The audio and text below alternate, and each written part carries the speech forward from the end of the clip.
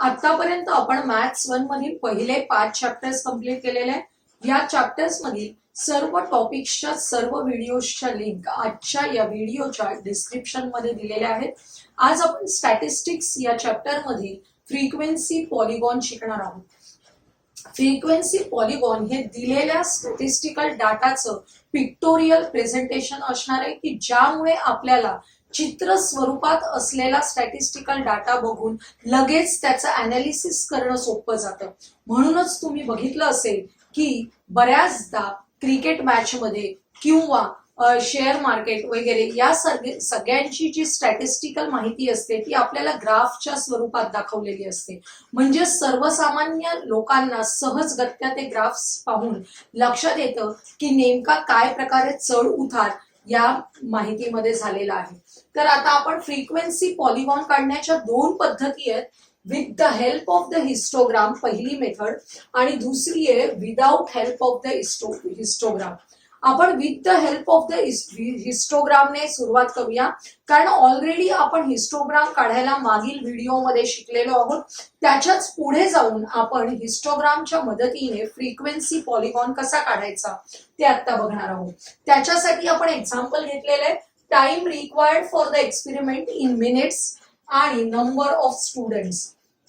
आपल्याला अशा प्रकारे टेबल मध्ये क्लास दिले, कसा क्लास दिलाय बघा, 20 to 22, 22 to 24, 24 to 26। तुमच्या लक्षात येईल हा जो 22 नंबर आहे तोच इथे आहे, बरोबर आहे। असं जेव्हा असेल म्हणजेच पहिल्या क्लासचं अप्पर क्लास लिमिट हे दुसऱ्या क्लासचं लोअर क्लास लिमिट आहे, अशा वेळी दिलेले क्लास हे कंटिन्युअस क्लास आहेत। आणि असे कंटिन्युअस क्लास असतील तर आपल्याला हिस्टोग्राम काढणं अतिशय सोपं आहे। आता आपण नेक्स्ट बघूया, नंबर ऑफ स्टुडंट्स दिलेले आहेत आपल्याला, याच्या आधारे आपण हिस्टोग्राम काढू शकतो। पण ज्यावेळी हिस्टोग्रामचाच उपयोग करून आपल्याला फ्रिक्वेन्सी पॉलिगॉन काढायचा असेल तेव्हा आणखी एक गोष्ट आपल्याला करायची आहे, या टेबलमध्ये जेवढे क्लास इंटरव्हल्स दिलेले आहेत त्या क्लासच्या अगोदरचा एक क्लास आणि नंतरचा एक क्लास आपल्याला घ्यायचा आहे। त्यामुळे मी टेबल पुन्हा व्हर्टिकल तयार करते, ज्याच्यामध्ये दोनच कॉलम आपण घेतले कारण क्लास ऑलरेडी कंटिन्युअस आहेत।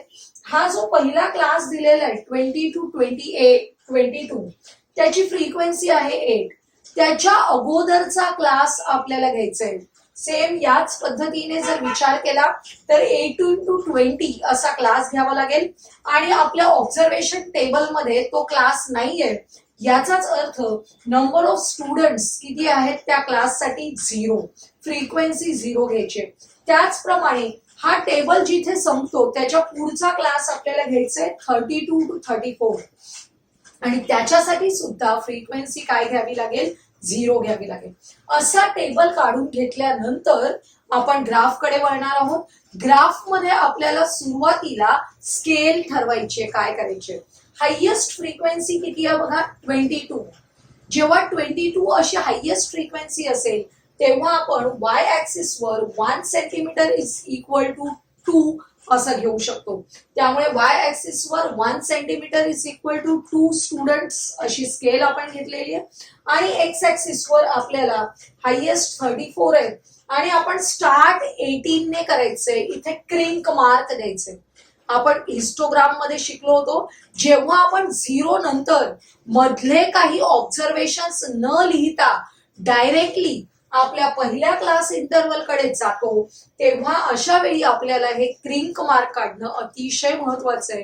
हे क्रिंक मार्क जर नसेल तर बऱ्याचदा त्या ग्राफला 0 मार्क द्या असं मॉडरेटर सांगतात, लक्षात घ्या। त्यामुळे क्रिंक मार्कचं महत्व फार आहे या ग्राफमध्ये।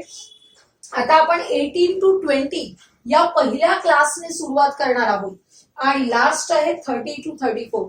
लिहिताना नेहमी 18, 20, 22 असे आपल्याला नंबर्स लिहायचे। बरेच विद्यार्थी हा 20, 20 परत लिहितात, लिहायचा नाहीये, लक्षात घ्या। त्यामुळे अशा प्रकारे एक्स ऍक्सिस लिहायचे। स्केल काय झालं मग, एक्स ऍक्सिस साठी 2 centimetre is equal to 2 units मी घेतलेलं आहे। तुम्ही तुमच्या ग्राफ पेपरवर 1 centimetre is equal to 2 minutes असं घेऊ शकता।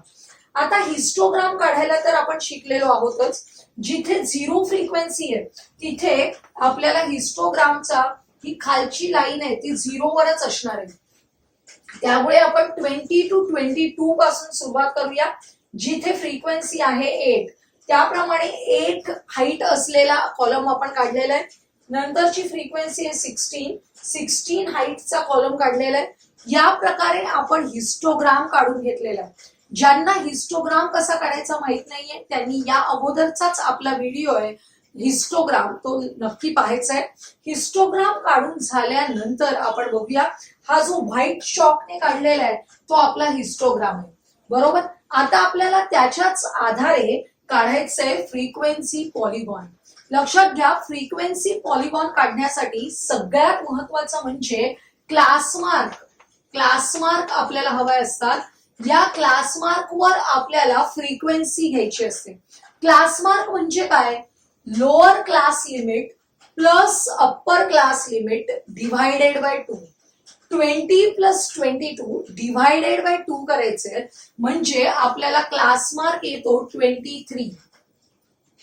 23 या क्लासमार्क वर आपल्याला फ्रिक्वेन्सी 8 दाखवायची असते. आता इथे 20 to 22 जो आहे सॉरी इथे 23 नव्हे 21 20 to 22 चा क्लासमार्क येणार आहे 21. 22 to 24 चा क्लासमार्क येणार आहे 23. म्हणजे बरोबर मधला नंबर येतोय. म्हणजे जेव्हा तुम्ही हिस्टोग्राम काढलेला असतो तेव्हा या हिस्टोग्रामची जी ही वरची साइड आहे विड्थ आहे त्याच्या मिड पॉइंटला क्लासमार्क असणार आहे. लक्षात येते. हा जो क्लासमार्क आहे 21 एक्झॅक्टली त्याच्या वर आपण 8 या फ्रिक्वेन्सीला पॉइंट काढतोय म्हणजेच या विड्थचा मिड पॉइंट घ्यायचा. सगळीकडे या रेक्टँगलच्या मिड पॉइंट वर आपल्याला पॉइंट घ्यायचे हे लक्षात घ्या. आणि महत्वाचं म्हणजे जे पॉइंट आपल्याला झिरो फ्रिक्वेन्सीचे घ्यायचे 18 to 20 चा मिड पॉइंट म्हणजे 19 असणार आहे जो क्लासमार्क आहे.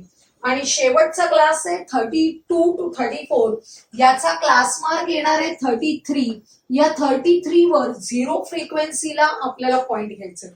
असे पॉइंट घेतल्यानंतर तुम्ही आपल्या स्केलचा वापर करून हा पहिला पॉइंट दुसऱ्याला जॉईन करायचे, दुसरा तिसऱ्याला, तिसरा चौथ्याला, अशा प्रकारे पॉइंट जॉईन करत शेवटच्या पॉइंट पर्यंत जॉईन करायचे.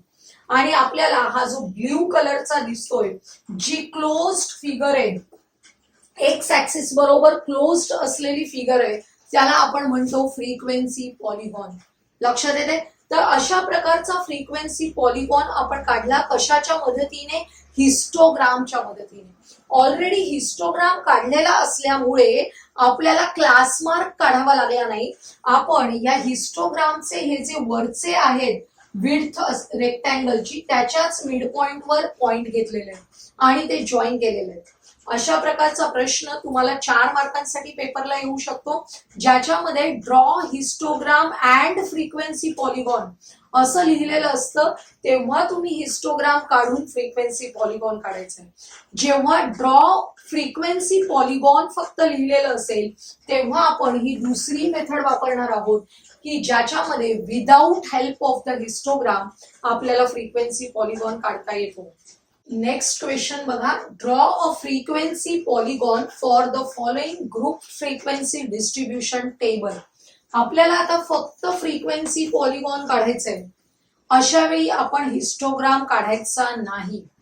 आणि जेव्हा without help of the histogram frequency polygon काढायचा असतो तेव्हा आपल्याला क्लासमार्क खूप महत्वाचे आहेत आणि त्याप्रमाणे कोऑर्डिनेट्स ऑफ द पॉइंट्स आपल्याला लिहावे लागतात आणि ते पॉइंट्स प्लॉट करून आपल्याला फ्रिक्वेन्सी पॉलिगॉन काढायचंय. बघूया आपण ह्या एक्झाम्पल मध्ये. Age of the donor in years दिलेलं आहे आणि नंबर ऑफ ब्लड डोनर्स दिलेले आहेत. हे जे एज देण्यासाठी क्लास दिलेले आहेत ते कसे आहेत बघा. 20 to 24 आणि इथे 25 ने स्टार्ट झाले. जेव्हा upper class limit of first class is different than the lower class limit of the second class, then these two class are not continuous classes. आणि अशा वेळी आपल्याला दोन्ही नाही हे सगळे क्लास हे काय करून घ्यायचे, कंटिन्युअस क्लास करून घ्यायचे. हे आपण आतापर्यंत शिकलेलो आहोत, तरच आपल्याला फ्रिक्वेन्सी पॉलिगॉन काढता येणार आहे. ही सगळी फ्रिक्वेन्सी दिलेली आहे आणि आपल्याला फ्रिक्वेन्सी पॉलिगॉन काढण्यासाठी अजून एक गोष्ट करायची असते की हे जे दिलेले क्लास आहेत या क्लासच्या अगोदरचा एक क्लास, प्रिसिडिंग क्लास आणि succeeding class of the last class, शेवटचा जो क्लास आहे त्याच्या नंतरचा क्लास आपल्याला घ्यायचा आहे आणि त्याची फ्रिक्वेन्सी आपण 0 घेतो. तर बघा टेबल तयार करायचंय. आता या टेबलमध्ये 5 कॉलम्स करावे लागणार आहेत आपल्याला. दिलेले क्लास इंटरवल्स, कंटिन्युअस क्लास तयार केलेले आपण, त्यांचा क्लास मार्क, फ्रिक्वेन्सी आणि कोऑर्डिनेट्स ऑफ द पॉइंट्स. आता बघा हा जो पहिले क्लास इंटरवल्स दिलेले आहेत ते लिहिताना आपण हा क्लास नवीन ऍड केलाय 15 to 19, याच्या अगोदरचा क्लास. आपण हे बाकीचे क्लास कसे आहेत ते लक्षात घेऊन इथे 20 असेल तर 20च्या आधीचा नंबर घ्यायचा आहे म्हणजे 19 आणि त्याच्या मागे जायचंय आपल्याला 15 पर्यंत. 15 to 19 हा क्लास तयार होईल. बाकीचे क्लास इंटरवल्स कसे आहेत त्याप्रमाणेच आपल्याला क्लास घ्यायचा आहे. लास्ट क्लास आहे त्याच्या पुढचा क्लास घ्यायचा आहे सक्सिडिंग क्लास. काय होणार आहे 50 to 54, कारण इथे 49 ने एंड झालाय. मग नेक्स्ट क्लास सुरू करायचा आहे आपल्याला 50 to 54. असा फर्स्ट अँड लास्ट क्लास आपण नवीन घेतलेला आहे आणि त्याच्या फ्रिक्वेन्सीज लिहून घ्यायच्या 0-0. नाहीतर बऱ्याचदा आपण फ्रिक्वेन्सी लिहिताना गोंधळ करतो. या फ्रिक्वेन्सीने स्टार्ट करतो इथे.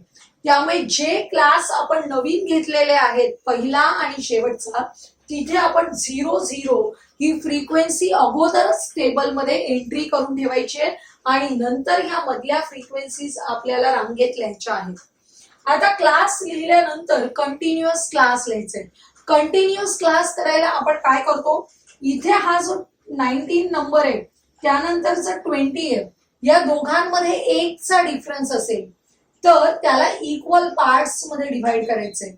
1 divided by 2 that is 0.5. मग आपण या 15च्या 0.5 मागे जायचंय आणि 19च्या 0.5 पुढे जायचं. मागे जायचं म्हणजेच काय करायचं, 15 मायनस 0.5 करायचे, 14.5 होतात आणि 19 प्लस 0.5 करायचे, 19.5 होतात. अशाच प्रकारे आपण सर्व क्लास करून घेणार आहोत.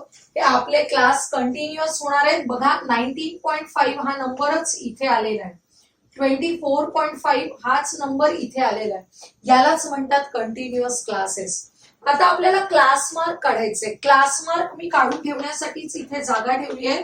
एका क्लासचा क्लास मार्क मी काढून दाखवते. बघा lower class limit plus upper class limit. Lower class limit आहे 14.5 प्लस अप्पर क्लास लिमिट आहे 19.5 डिवायडेड बाय 2 आपल्याला करायचंय.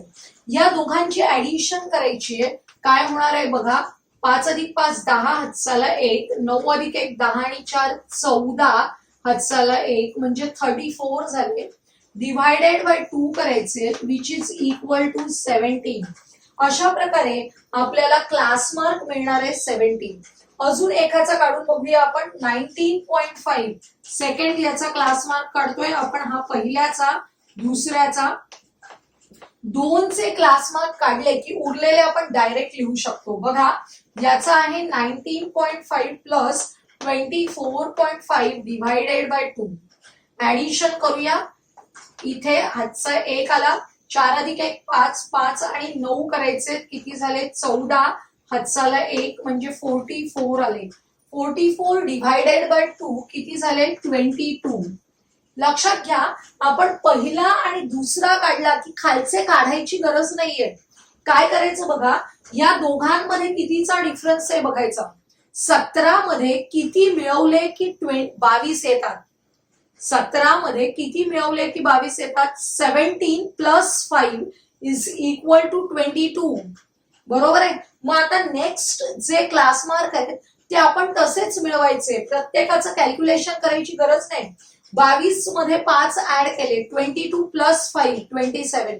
27 plus 5 32, 32 plus 5 37, 37 plus 5 42, 42 plus 5 47, 47 plus 5 52. म्हणजे पहिले दोनच क्लास मार्क काढून घ्यायचे, ते लिहायचे, त्यांच्यामध्ये कितीचा डिफरन्स आहे बघायचा आणि त्याप्रमाणे पुढचे क्लास मार्क डायरेक्ट लिहायचे. लक्षात येते? अशी ही सोपी आपल्याला क्लास मार्क लिहिण्याची पद्धत लक्षात ठेवा. आता फ्रिक्वेन्सी आपल्याला इथलीच लिहून घ्यायची. तुम्हाला सांगितलं पहिलं आणि लास्टची फ्रिक्वेन्सी 0 लिहायची. आता आपल्याला कोऑर्डिनेट्स ऑफ द पॉइंट्स लिहिताना एक्स कोऑर्डिनेट म्हणजे क्लास मार्क आणि वाय कोऑर्डिनेट म्हणजे फ्रिक्वेन्सी लक्षात घ्या. त्यामुळे आपला पॉइंट होणार आहे 17 0, दुसरा पॉइंट 22 38, तिसरा पॉइंट 27 46. अशा प्रकारे आपल्याला कोऑर्डिनेट्स लिहायचे.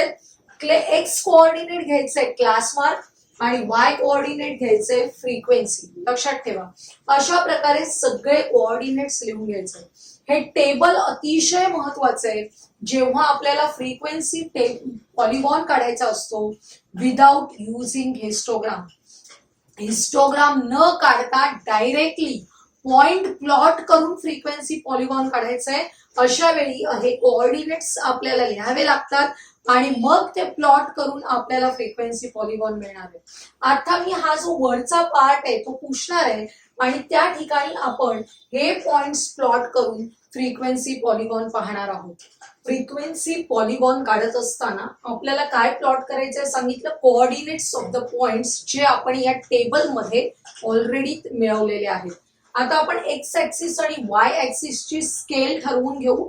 एक्स ऍक्सिस वर आपल्याला क्लास मार्क दाखवायचे आहेत आणि वाय ऍक्सिस वर नंबर ऑफ ब्लड डोनर्स दाखवायचे. तर आता क्लास मार्क आपले कसे आहेत बघा, 17 22 27 अप टू 52 क्लास मार्क आहेत. लक्षात येते? क्लास मार्कने आपल्याला 17 ने स्टार्ट करायचे. याच्या आधीचे ऑब्झर्वेशन्स नाही आहेत आपल्याकडे, तर आपल्याला लिहिण्याची गरज नसते. त्याऐवजी आपण क्रिंक मार्क करतो. हे अतिशय महत्वाचं आहे. क्रिंक मार्क करायचे. इथे देअर इज नो ऑब्झर्वेशन. लक्षात येते? तर आपण 17 ने डायरेक्ट स्टार्ट करतोय क्रिंक मार्क करून आणि 17 22 27 असे सगळे क्लास मार्क रांगेत लिहून घ्यायचे. 1 centimetre is equal to 5 years अशी स्केल आपण घेतलेली आहे, कारण 22 मायनस 17 डिफरन्स कितीचा आहे 5चा. आणि क्लास मार्क हे एज आहे कशाचं, ब्लड डोनर्सचं. लक्षात येते? त्यामुळे क्लास मार्क आपण घेतलेले आहेत 17 पासून 52 पर्यंत. स्केल आहे 1 centimetre is equal to 5 years. आता आपण वाय ऍक्सिस कडे जाऊया. तिथे आपल्याला फ्रिक्वेन्सी म्हणजेच नंबर ऑफ डोनर्स दाखवायचे. आता नंबर ऑफ डोनर्स मॅक्झिमम किती आहेत बघा, 46 आहेत मॅक्झिमम. म्हणजे आपण 50 पर्यंत स्केल लिहिली तरी चालणार आहे. मग आपण 1 सेंटीमीटर इज इक्वल टू 10 घेणार आहोत. 1 centimetre is equal to 10 donors, कारण याच्यामध्ये असे अदले मधले अंक आहेत 38 24 12. आपण जर 1 सेंटीमीटर इज इक्वल टू 5 घेतलं तर ग्राफ काढताना काही मुलं कन्फ्यूज होतात. त्यामुळे ही सर्वात सोपी स्केल आहे 1 centimetre is equal to 10 donors घेणं. आता आपण अशा प्रकारे एक्स ऍक्सिस वाय ऍक्सिस काढलेलं आहे, त्याचं डिस्क्रिप्शन लिहिलेलं आहे, स्केल लिहिलेली आहे. त्यानंतर प्रत्यक्ष पॉइंट्स प्लॉट करायला सुरुवात करायची आहे. आपला पहिला पॉइंट आहे 17 0.